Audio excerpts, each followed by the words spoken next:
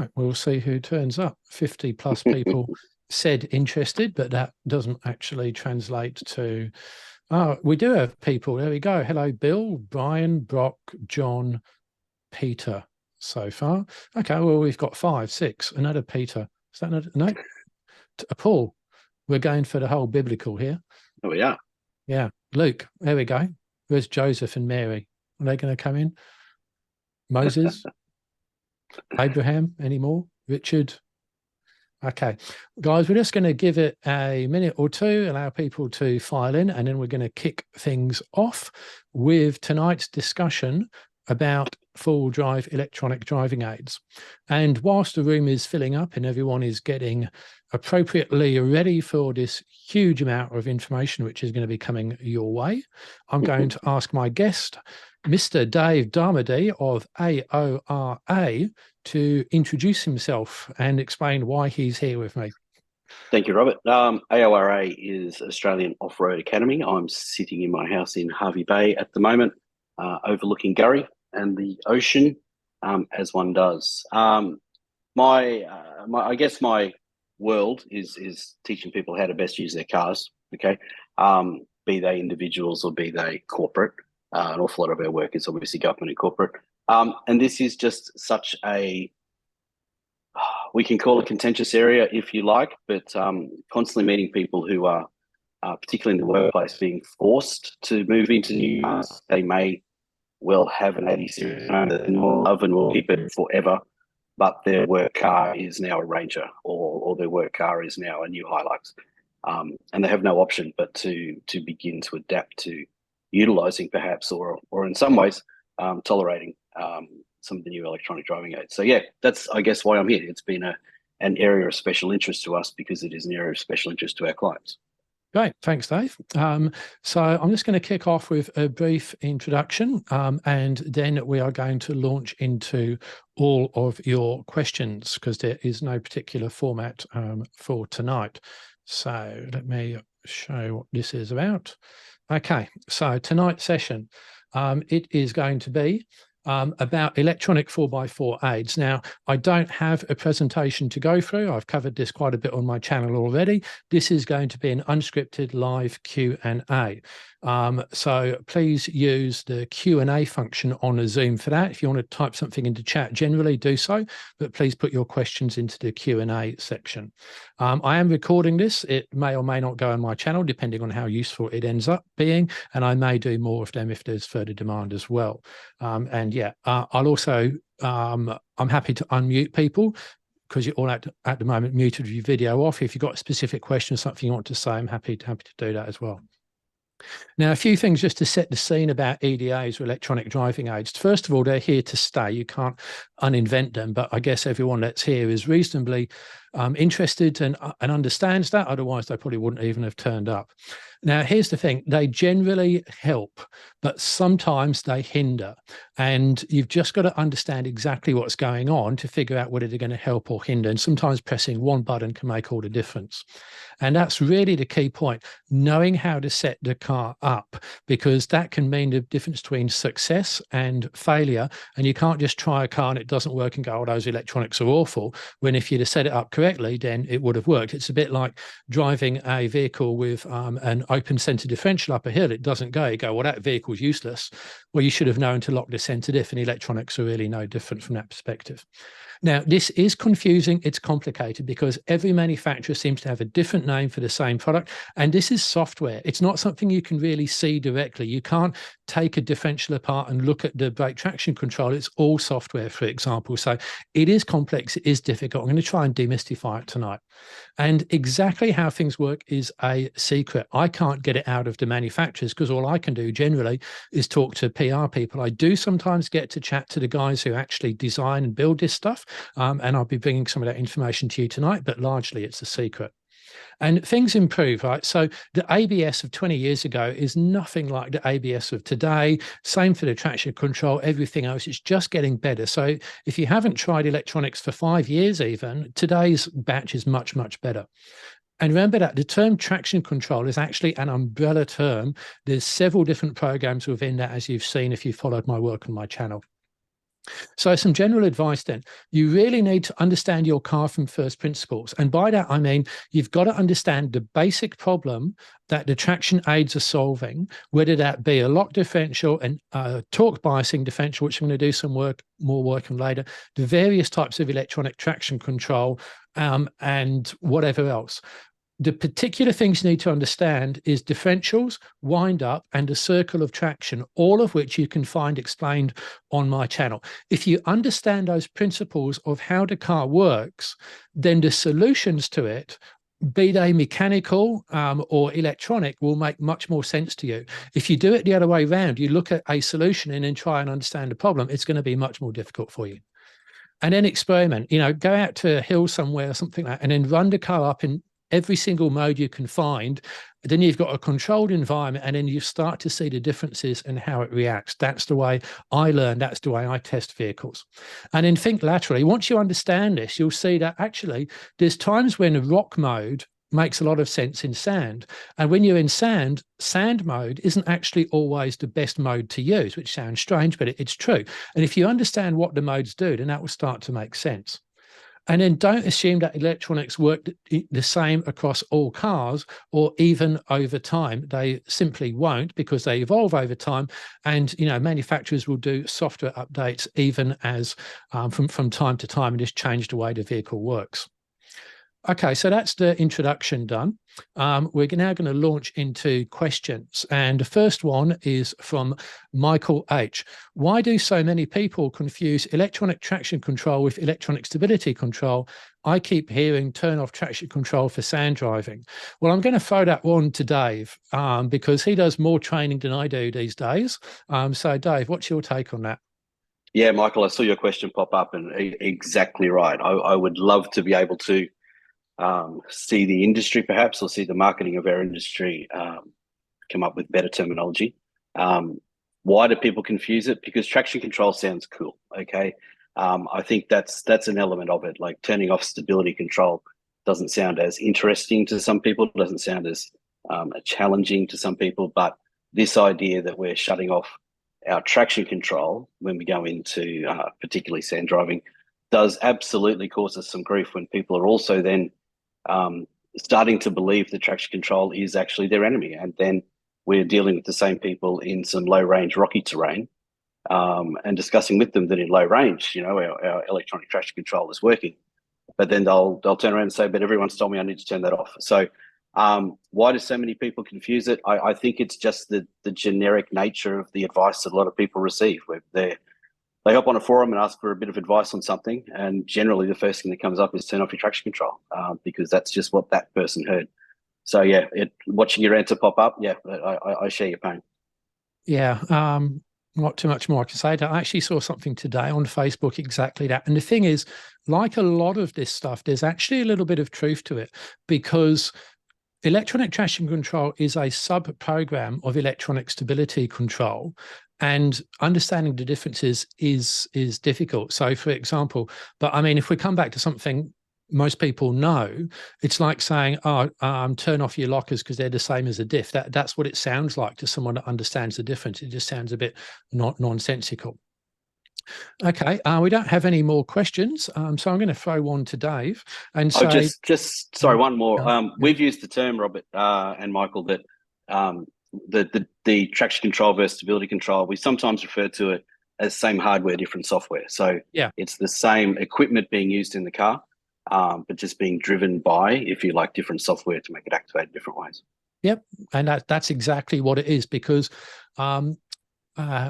whilst we're waiting for the next question, the way these systems work is that the car's got a zillion different sensors over it. So it's got a sensor on each wheel speed sensors, used to be called ABS sensors, because that was originally their first and only purpose. Now they're used for lots of things. So wheel speed sensors is the appropriate term.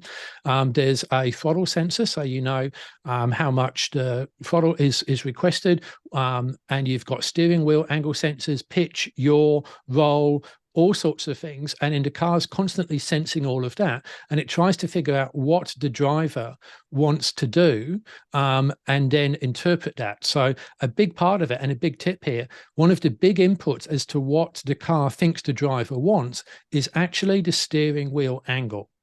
So if you ensure that the steering wheel is pointed where you want to go, that will help hugely with stability control. I'll give you an example of that. Let's say that you might think, okay, I can't drive fast because the stability control will always come in and slow me down. Well, not necessarily the case.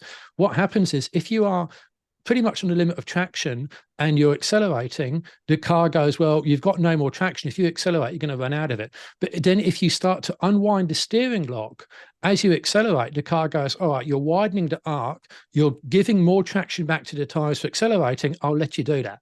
So that's just something that we use on circuit racing to get around that. And a good driver on a circuit can actually make pretty much any car with stability control on squeal all four tires around the corner just by being smooth and driving correctly. Now, we got some more questions coming up.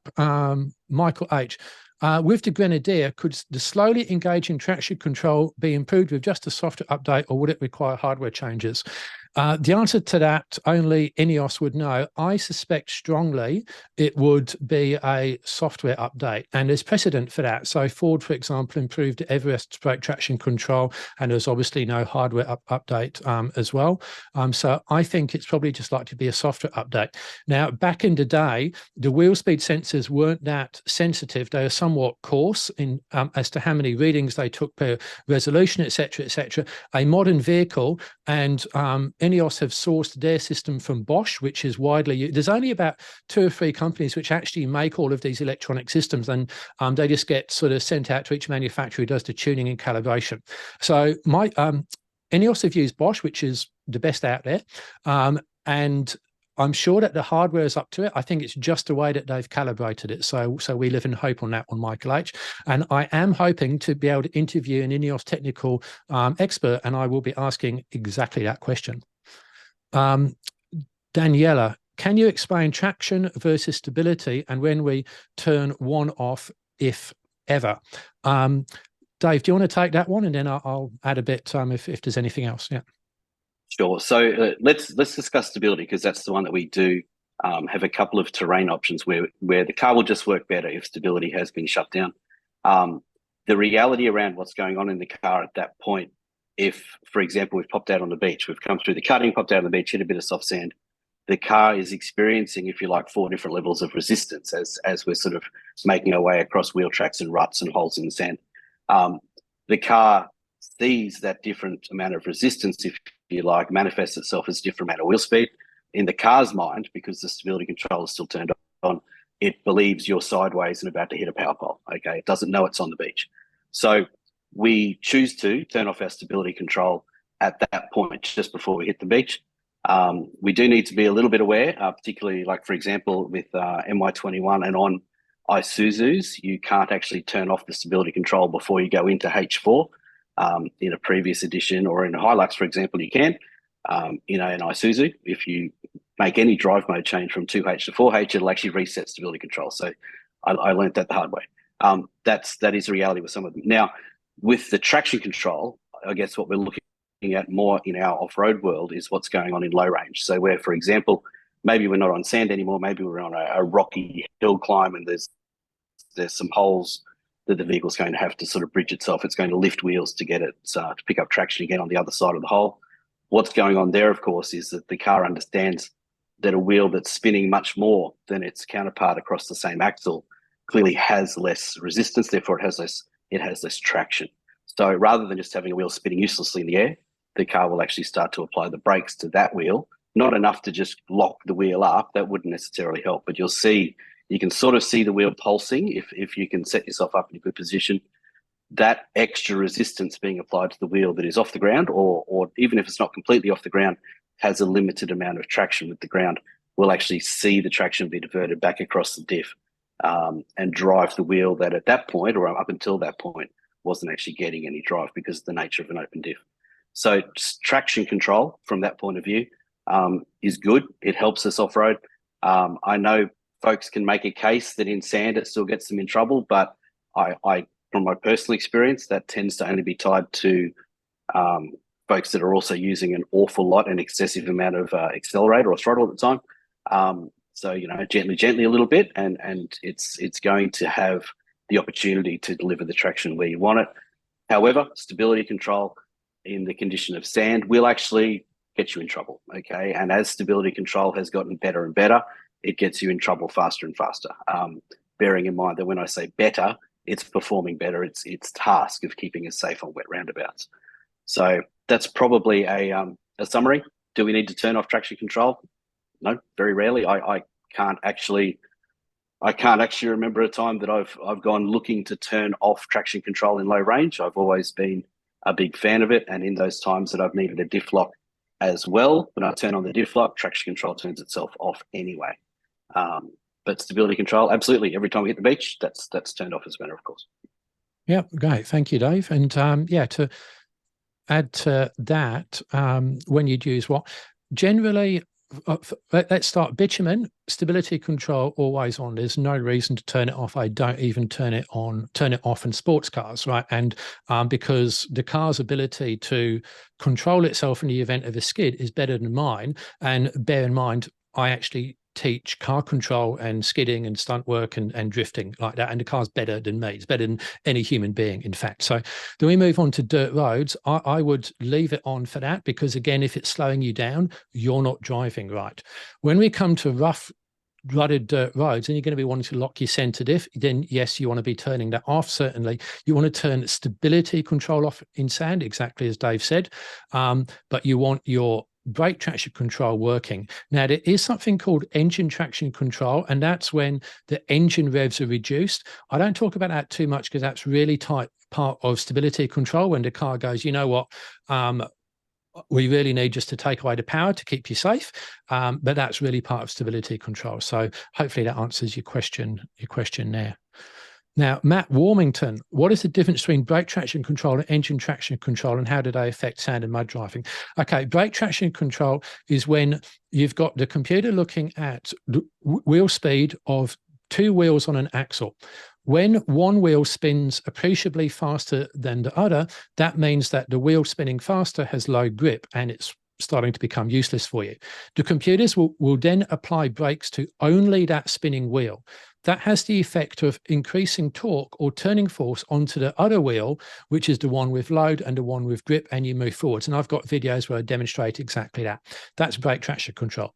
Engine traction control is when the computers say, okay, look, the wheels are spinning. There's no point having the wheels spinning. We're going to reduce the power. So a good example of when that's useful is that you're pulling away out of your wet roundabout, and you're overwhelming the grip of the rear tires, and the computer's gone, okay, now the rear tires are now spinning quicker than the front tires. We're going to reduce that engine power back and reduce that wheel speed. Now, both wheels are spinning at the same time, so it's not brake traction control, which works on individual wheels. It's, hey, you've got too much power.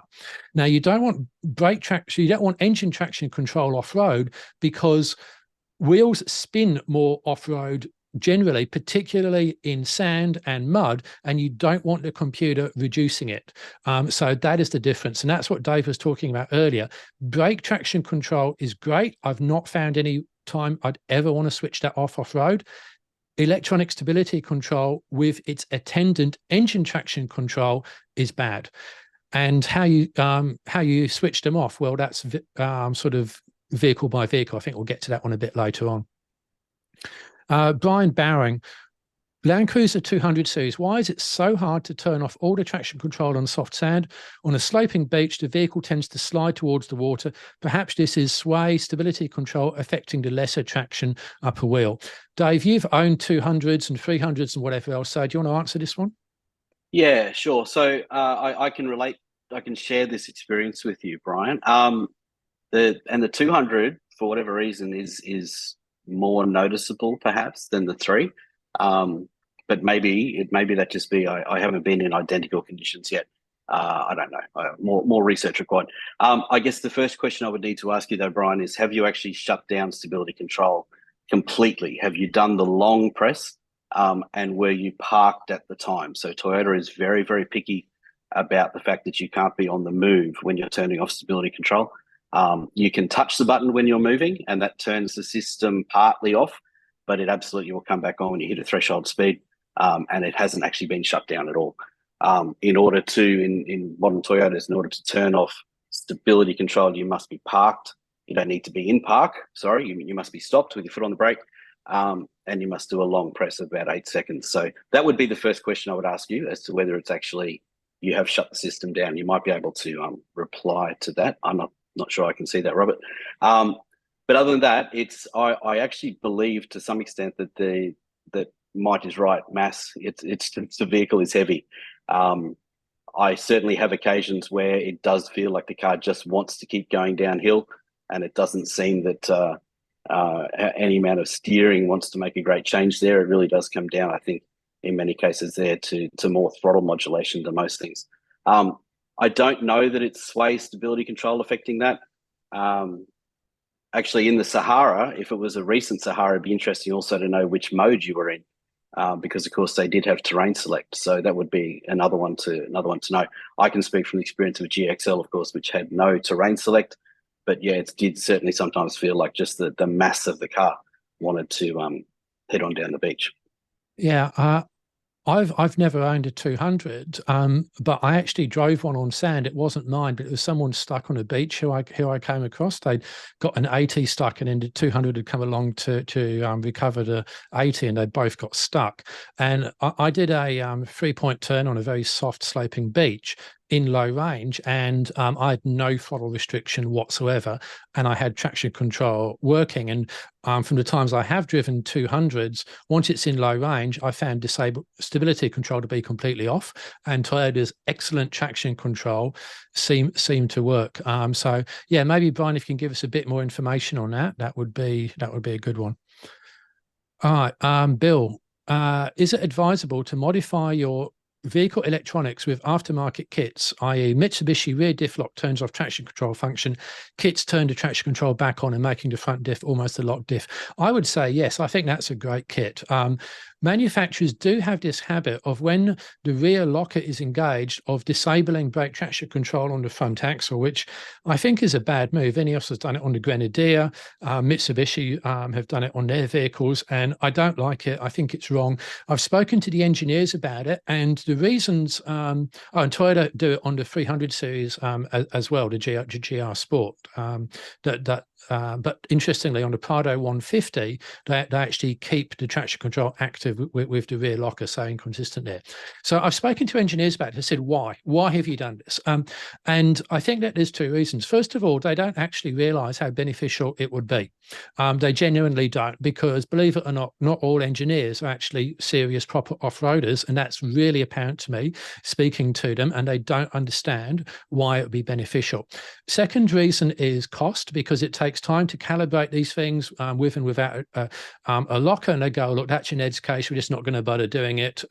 We'll just move on because time is running out for our calibration program.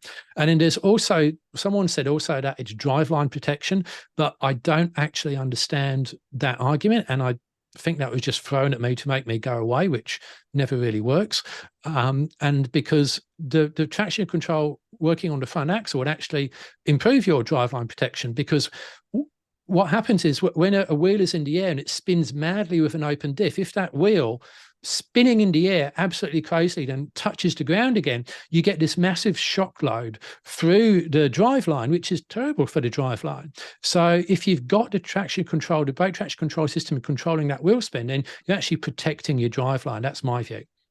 So hopefully, Bill, that answers that one. If we haven't answered your questions properly, come back with a clarification. The FJ Cruiser, yeah. Robert, the FJ Cruiser was another one that with the rear diff lock on would keep the traction control at the front end. Yeah, so they've done it there. Yeah. Yep. And Ford, so on my PX Ranger, it's disabled. On PX2 and Everest, it's enabled, but it's not as sensitive as it is. They've desensitized it. So it's all really, really variable. Okay, another question from Brian. Traction control into wet has been covered by Robert. What about deep dirt corrugations where the best ride is above 80 kilometers an hour? Is it safe traction control on or off? That's a great question. Okay, so here's the thing. If the car's bouncing around on the straight, stability control, and it's actually stability control here we're talking about, not traction control, is likely to interfere. Now, there's two ways you can look at it. You can go, well, I'm happy to have the stability control coming in every now and again just to keep me safe and I won't bounce off the end of the road. You might decide that's what you're going to do, or you might say to yourself, I actually trust my own car control skills and I don't want the electronics interfering all the time, and I'm going to disable stability control.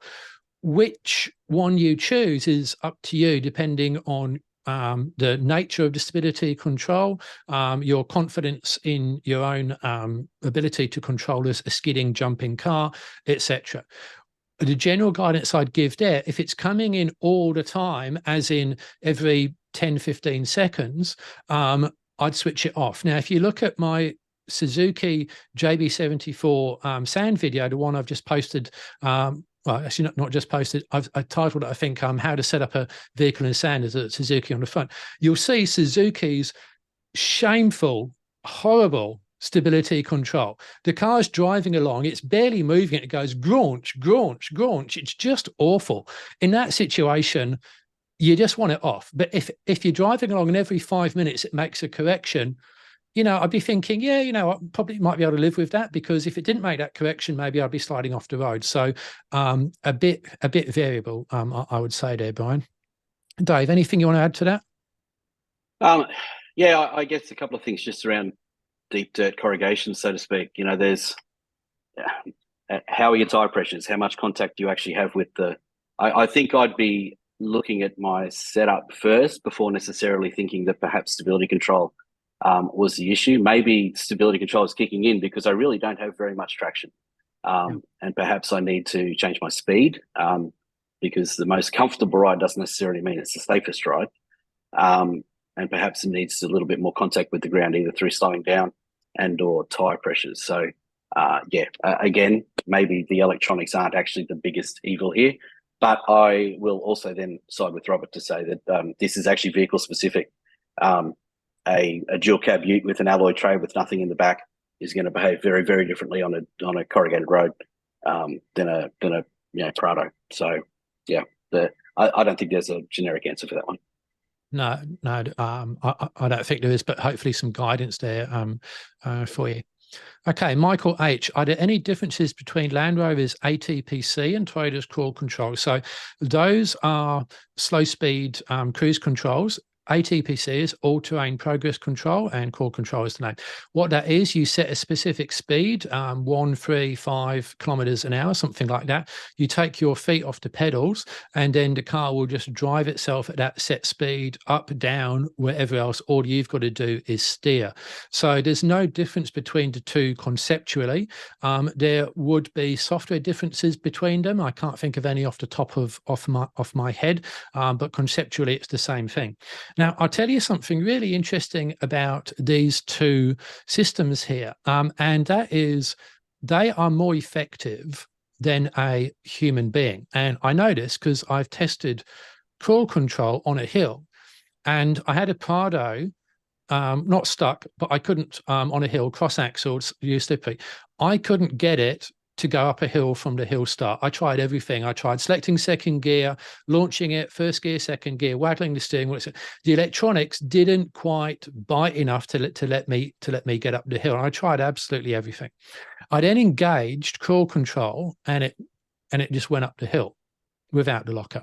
Now, why was that? Well, the answer was because when I was operating the throttle, the car had to figure out what I was doing and then react to that, and then figure out what it would do with the brake traction control. When I had crawl control engaged, the car was operating the throttle, and the car knew what it was going to do with the throttle, so it could do a better job with the brake traction control, and the car is able to crawl up. So here's a tiny little hint, tip for you then. If you are in a really sticky situation like that, and you have ATPC or crawl control, try engaging it and then just letting it work its magic. And it's quite amazing what the car will do. Yeah, Dave, have you had any absolutely. experience like that? I haven't had experience with the Land Rover. However, lots of experience with crawl control in a multitude of Toyotas. Incredible. I remember it being described when it first appeared as a solution in search of a problem by some people who were reviewing it, and I thought that was a bit harsh. I know who that was, because I was actually on that test, and I heard him say it, and we had an argument. I was literally there at the time he said that. Yeah. Nice. And a person whose opinion I respect. The crawl control that we see is absolutely amazing. Unfortunately, most people, when they are learning it or experiencing it, they're doing it in their driveway, and it just feels like the car's lurching around. They're not really putting it to the test. They're not really putting a situation where it can shine.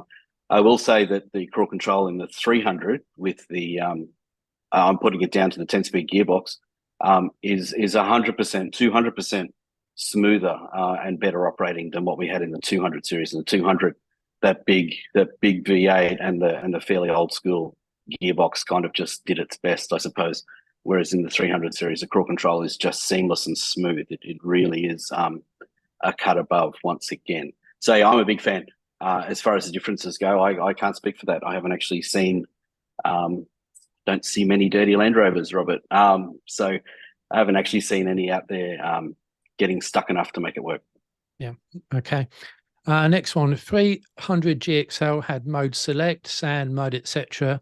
Okay, so let's talk about that. So the generic term I use for these things is adaptive terrain systems. Now, this was the first one was terrain response by Land Rover, and that's where you could set the vehicle up into different modes. You had things like mud ruts, sand, snow, rock, etc. And since then, pretty much every other manufacturer has copied it, but none have done it as well as Land Rover. And frankly, some of them I think are just marketing exercises best forgotten. But Land Rover's is really good. It's the original, it's the best, and it's up into about who knows what version it is now, but it's been around for coming up to 20 years now, I think. Now, when you select something like sand mode, what happens is that the stability control is typically desensitized. And here's one actually important thing about stability control. It's not a question of on or off most of the time. It's a question of sensitivity.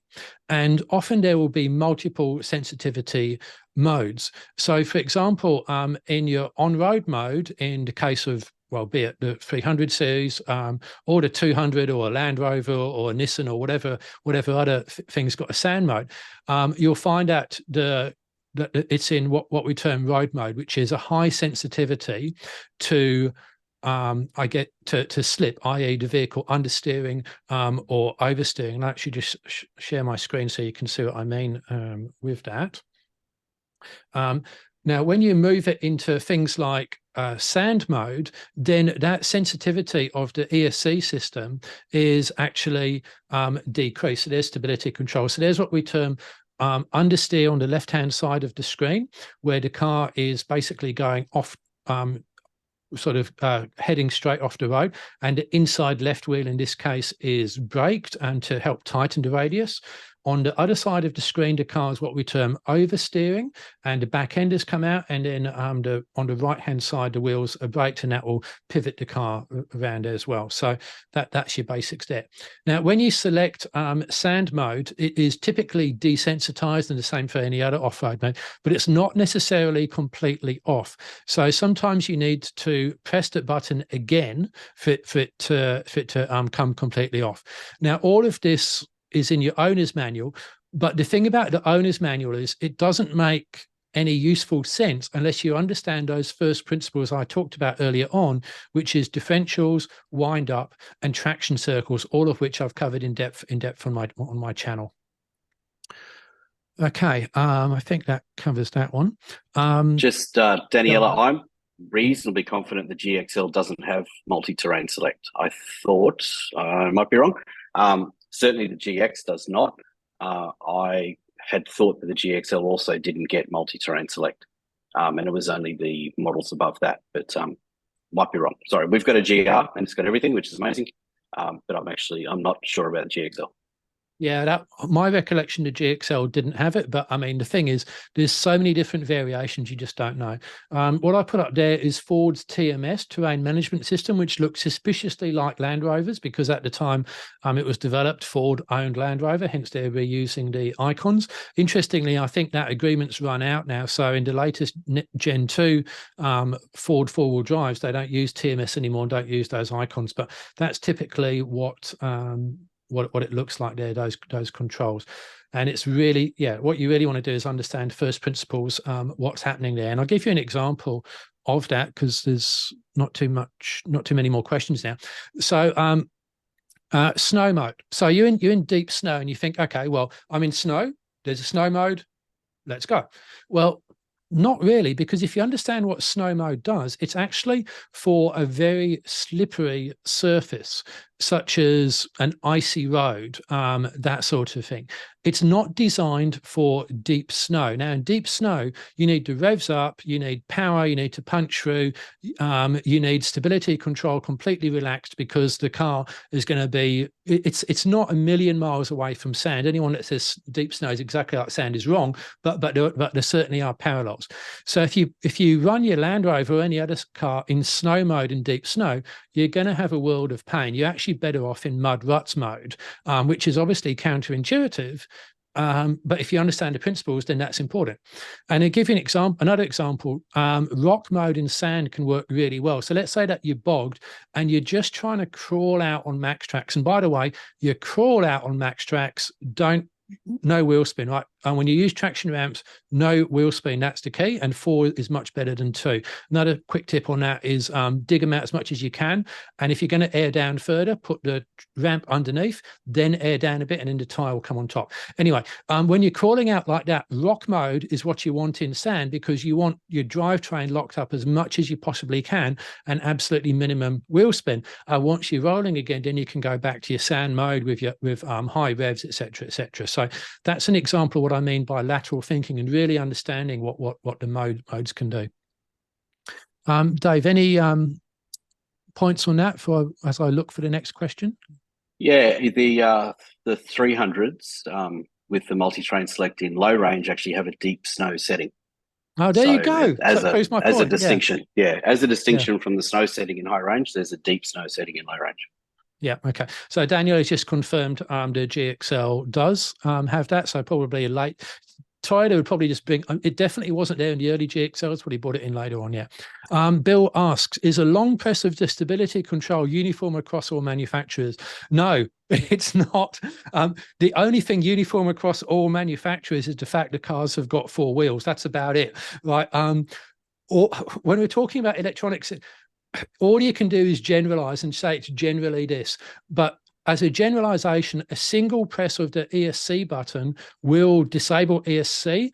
A long press typically disables brake traction control as well, but not always. Sometimes it has no effect whatsoever. So on my PX Ranger, for example, stability control is full on in 2-wheel drive. When I move into 4-wheel drive, even though I haven't pressed the button or anything, and the ESC light doesn't appear in the dash to indicate it's off, the stability control is actually relaxed a little bit as soon as you go into 4-wheel drive in a Ford Ranger, and also I suspect most other vehicles. You can switch it off with a long press as well. And interestingly, stability controllers, I think, is the only electronic system which, when it's disabled, you get a light on the dashboard. With pretty much everything else, when you enable it, you get a light. With ESC, when it's disabled, you get the light. Okay, what else we got? Matty. Hi, Matty. I spent some time at New Cayenne. I must admit, Porsche traction is a cut above everything else you do. Yeah. He's saying it's well and truly in favour. Yeah. Maybe just a general comment about the European stuff. I'm hugely impressed with Porsche, Audi, BMW's drivetrain systems. Their ability to put power to the ground is just phenomenal. And I think it comes out of all their motorsport work. The electronics are really, really well done. Of course, the cars aren't that great for off-roading because the tires aren't there, you know, the suspension flex, the clearance, yada, yada, yada, all of that. But the ability to put the right amount of power to the right wheel at the right time, that is really good. So thanks for that that note there, Maddie. Hey, Maddie. Here you go. All right. What else we got? Richard, what makes the Land Rover Toyota systems apparently so much better than the rest? How do you rank the current crop of 4x4 utes? Well, I'll go at that, and then Dave, you can have a go as well. I can disagree with you afterwards. Yeah. Okay, that's sure. So I think that the Land Rover Toyota systems I think are the best on the market, and I think it's simply because those two companies have just spent the most time working on electronics. Land Rover particularly have kind of made a career out of using electronics to make their cars better. If you look at, we go back to the Discovery 3, where this is really where it all really started to kick off. If that didn't have air suspension or electronics, it would be a very ordinary off-roader indeed. But you add in the amazing electronics and the thing's phenomenal, not just off-road, but also on-road as well, and for towing. And it's only able to be so good across such a breadth of capability because of its electronics. And I think it's just the way that those two companies have invested in it. And the rest of them, it's a bit variable. Isuzu have a bit of a shocker at the moment on electronics, has to be said. It was really below par. Ford have improved hugely. Don't know, Dave, do you want to, what point were you going to make? Yeah, well, we've obviously had very different experiences with Isuzu's. I would actually rate the off-road electronics in the D-Max and the MUX as being very, very good. Okay. Certainly by comparison to, you know, the literal brand new Hilux I've got sitting in the front yard. So I think perhaps it's too easy to just sort of lump all the electronics together. There's definitely elements, for example, in the Isuzu that do annoy some users depending on the style of use they have.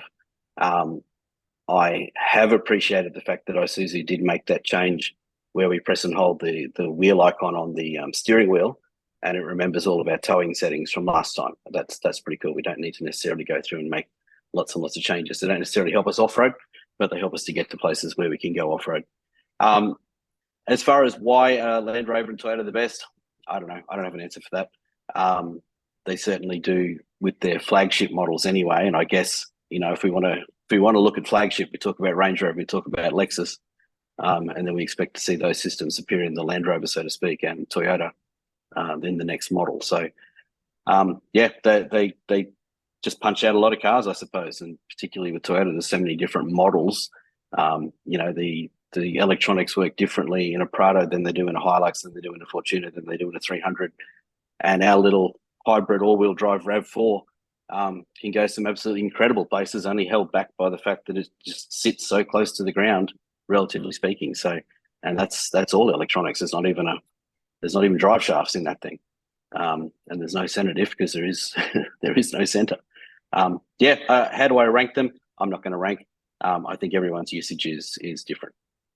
Yeah. Okay. Thank you, Dave. And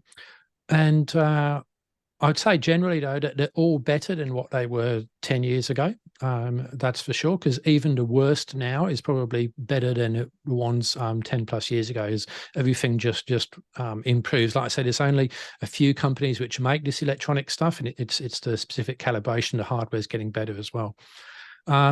Next question from, by the way, Matty, if I could unmute you so you could talk a bit more about your Porsche experience, that would be good. Just type something in the chat if you're okay with that. Whilst Matty's responding to that, Bill's question: will electronic controls know we know change when four-wheel drive EVs come into their own? Yes, I hope they will, because there'll be a whole bunch of new things we should be able to do. First of all, we should be able to vary the torque to the front axle way more than the rear axle. At the moment, you can kind of do that with clutch systems, but it's a bit hard. Now, in rock crawlers, it's common to overdrive the front axle relative to the rear axle with electric cars, which just have a literal motor at the front, one at the back. You can have that completely independent, and then that could be another control that we have. We've also got the ability to torque steer, so we can have the front wheels going forwards, the left wheels going forwards, the rear wheels going backwards. So that's one option as well. So we could skid steer a bit like a tractor vehicle as well. So I think that with EVs and this sort of stuff, this could be the point at which we start to let go of the steering wheel and of the pedals and start to move to something like a joystick or some other control system, perhaps more like an excavator or a bobcat or something like that. So that's quite an exciting, interesting idea as a user interface. Now, whether or not the manufacturers are going to go there and let us have that level of control and interface that it will be, who knows? But certainly there's now scope to do it with drive-by-wire. If you look at what I've done recently on the Cybertruck, I talked about drive-by-wire. There is absolutely no mechanical linkage between the Cybertruck's steering wheel and the front wheels or the rear wheels, because actually rear wheel steer as well. So the answer to that, Bill, is potentially very much so, but who knows what the manufacturers will decide, and also the safety regulations, etc. as well. Dave, any views on that? Yeah, just I guess I alluded to the hybrid all-wheel drive RAV earlier. They're already, the front and the rear axles already don't meet, and yet all four wheels have the ability to drive. There's an electric motor at the back, and at the front there's the petrol and an electric motor. So yeah, each axle can actually be getting a different amount of torque. Yeah.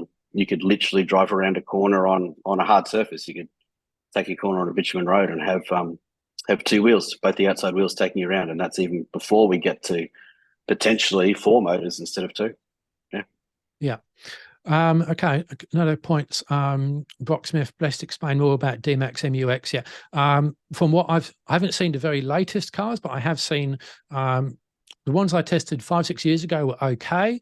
I have had more recent experience that was a bit below par. Dave's probably got much more recent experience than I have, so I'll go with his answer for the most current vehicles on that. Why do Land Rover put so much effort into off-road electronics but won't let you put decent off-road rubber on the wheels? Well, that is one of the great mysteries of our time, John. What a question. I don't know. It's just such a tragedy. Ever since the Discovery 3, when I had a Discovery 3, that ran 17-inch tires, that was fine. And then they started putting 19 on there as a minimum. And it's just a tragedy. I can recommend Tough Ant wheels if you want to go to 18s, and there's a modification you can do to change the brake calipers legally on some vehicles to fit 18s where otherwise only 20s would work. It's just a mystery. I don't think Land Rover actually understand off-road touring sometimes. I really don't.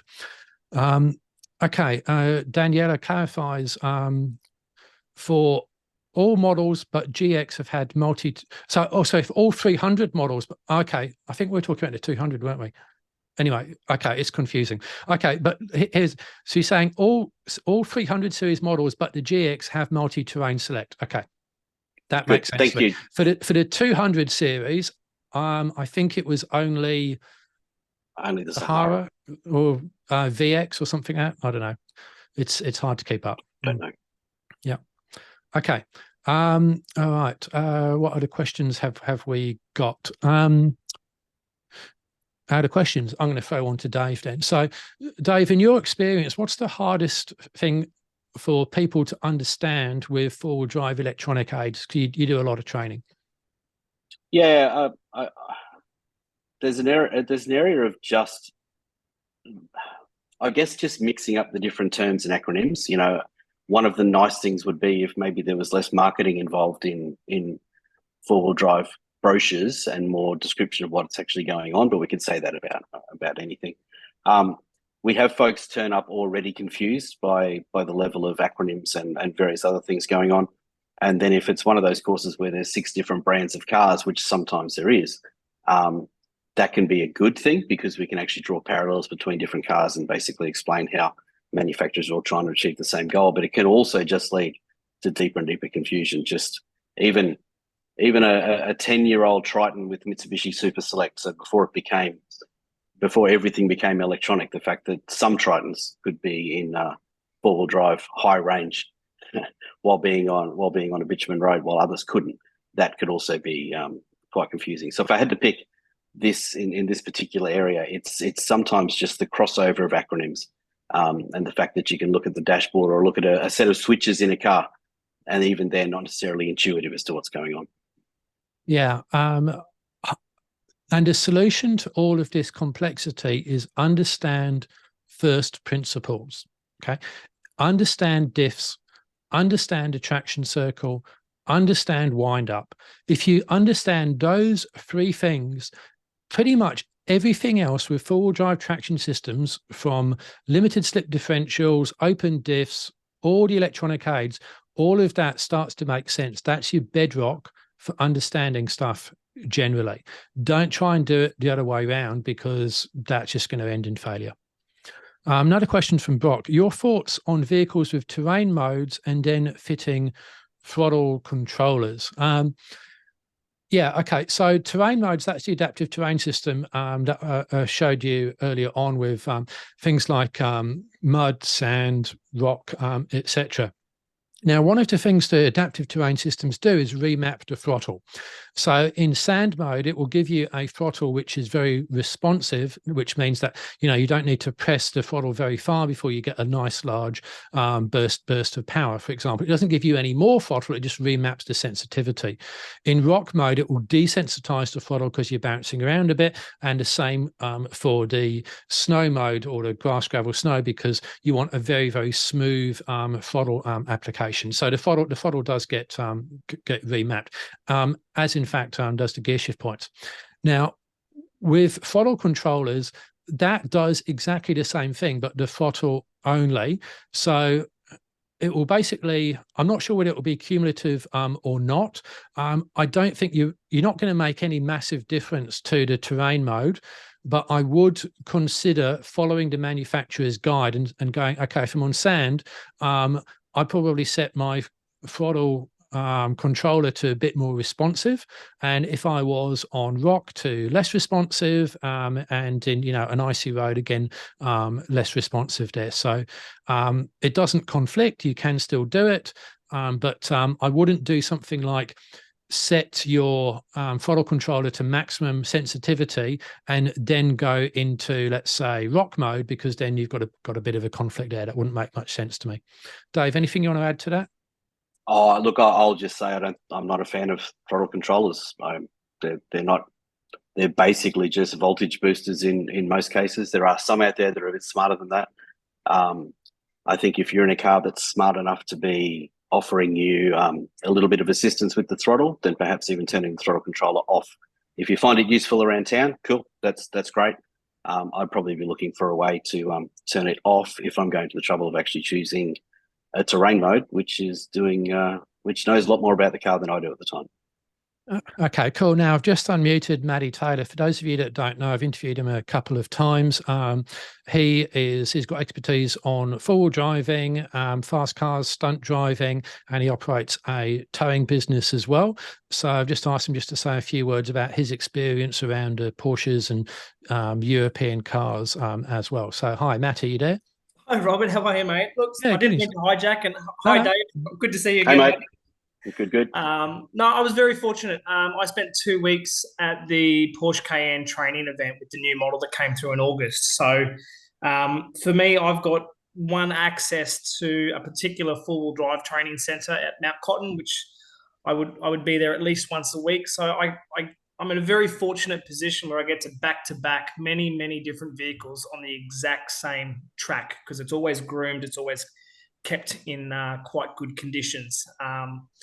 And that means the hard track stays hard and the easy track stays easy, for example. But the electronics in these European cars, their responsive rate is so fast these days that once upon a time you might lose that 2 or 3 kilometers an hour of momentum before that intervention would happen, and that might be enough to stall the car. But what we're seeing now is that we don't stall any vehicle speed whatsoever. The systems are working within milliseconds, and that's the big difference now. Yeah, thanks, Andy. And on my channel, I've got a video of when I was in New Zealand with BMW in snow, and they had basically an ice hill, and they had a vehicle with 3 wheels on ice, 1 wheel on bitumen, and it just pulled itself up by that single wheel. So the European traction systems are so impressive. Also on road as well. I mean, on my circuit stuff, I remember I was at Phillip Island once, coming into turn 12. And for those of you that know Phillip Island, it's essentially a graveyard for vehicles. It's you're coming out of there typically in 4th gear, pretty high revs. And I once saw a club smash 3 911s against a wall in the space of a day on the exit of that corner. Anyway, the guy in front of me was driving an RS6, as was I. And we're talking powerful car here, V8, I think it's supercharged with forced induction, something like that, capable of doing 260 k's an hour down the end of the straight, which is shifting. This guy put wheels onto the grass and kicked up some dirt, and I was thinking, he's going to die, but he didn't die.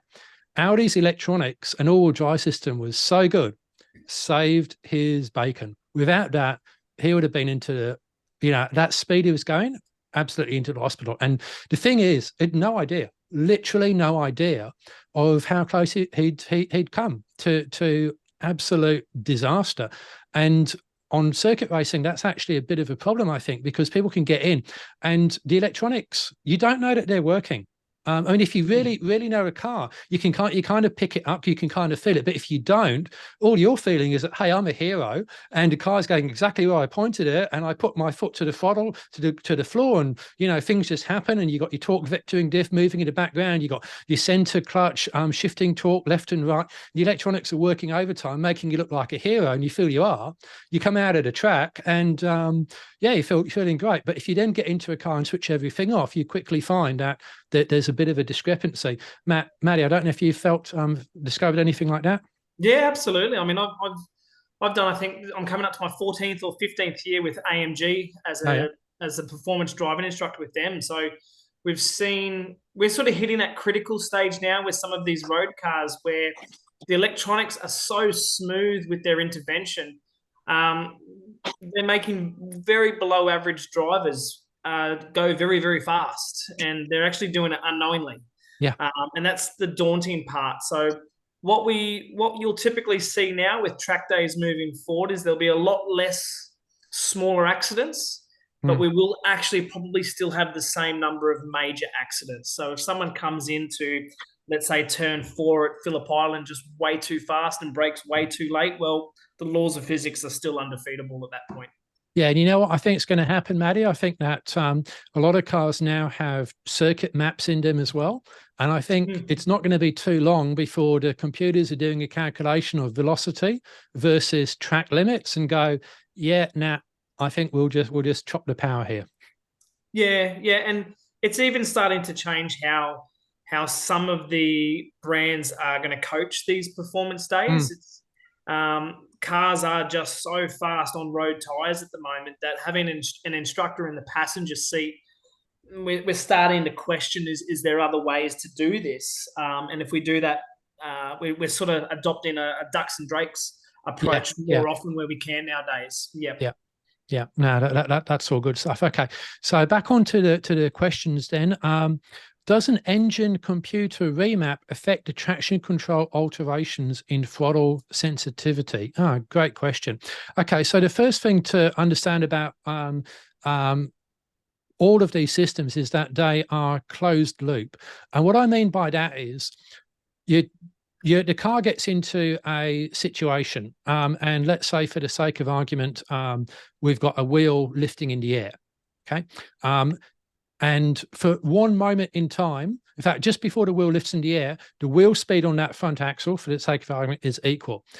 as that wheel lifts into the air, there's less load on it, and then there's less traction. And at some point, the torque delivered or the turning force delivered to that wheel will overwhelm the traction available, and that wheel will start to spin. And it will start to spin quicker than the wheel on the other axle. That's brake traction control. The computers will pick that up, and they will apply the brakes to that wheel only. And then they'll look at the result and go, okay, has it come back down into acceptable parameters? And if not, they'll apply the brakes a bit more. And if it hasn't, again, they'll do it again. And that's what I mean by a closed loop. The closed loop system will set a target, and it will keep doing something until that target is reached. Now, if you modify your system with a traction control, ECU remap or whatever else, etc., that doesn't really affect the closed loop nature. It might affect how long it takes to get back into its target, which could be up or down or whatever the case may be, and it might affect how quickly it reacts, etc. But it won't affect that closed loop nature of just keeping doing whatever it is till it gets there. And the same is also true of stability control. So let's say that you're coming into a corner and you're understeering massively, and the car goes, okay, the steering wheel is turned at, let's say, 30 degrees, but we're pretty much going straight on. We need to do something. So the first thing it's going to do is probably brake the inside wheels a little bit, and it will see what effect that has. And if that doesn't work, it will brake them a bit more. And if that doesn't work, it goes, okay, well, you're an idiot. You got your foot on the throttle. I'm going to chop the throttle. So it will do that. It will keep doing whatever it can. It will keep fighting until it gets the result in that closed loop system, until it achieves the target it needs to achieve, or you're upside down on fire, one of the two. Okay, questions. Does remapping have, I think I've just covered that one from Daniela. Maddie's gone. Okay. Any more questions from anyone else? We've been going an hour now.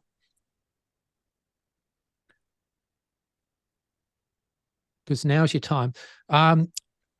Okay, Dave, is there any other general points you'd like to make? Any pearls of wisdom you'd like to throw out to the general public, which normally they've got to pay vast amounts of money for to come on one of your esteemed courses? This is your chance to dispense wisdom. Vast amounts. Vast amounts. Well, just give us one or two nuggets of wisdom. I guess an important takeaway is that things are changing all the time. Your neighbour with the Pajero that he took to Cape York 12 years ago had a very capable car 12 years ago, but you know, the latest Pajero Sport will just outdrive it, and it will outdrive it if the driver allows it to behave the way that the engineers planned for it to be used. It's not necessarily all about big tyres and remaps and all the other crazy things people want to do to their cars.